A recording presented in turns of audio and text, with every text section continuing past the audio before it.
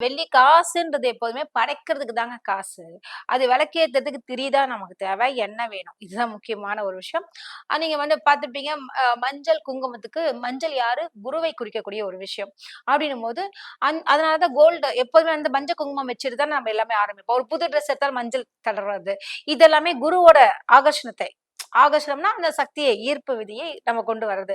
குரு என்றாலே பொன்னவன், தங்கக்காரகன் சொல்லியிருக்கேன். சோ ம். அதனால குரு நமக்கு தங்கணும்னா, நீங்க சந்தனம் இருக்குல்ல, இப்ப நீங்க சந்தனமே அழகா வச்சிருக்கீங்க பாருங்க.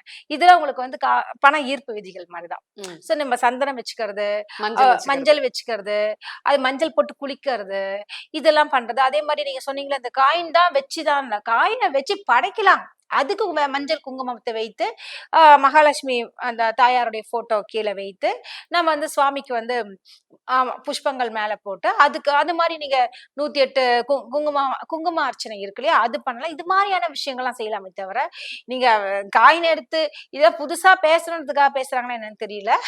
இப்படிலாம் வருது. ஆனா நீங்க விளக்கேத்துறது நல்ல விஷயம். அதுக்கு மல்லிகை. அந்த விளக்குக்கு பூ வைங்க. ம். நான் சொன்னது என்ன எல்லாமே மஞ்சள், குங்குமம், பூ. இந்த 3 விஷயத்திலேயே உங்களுக்கு எல்லாமே கிடைக்கும்.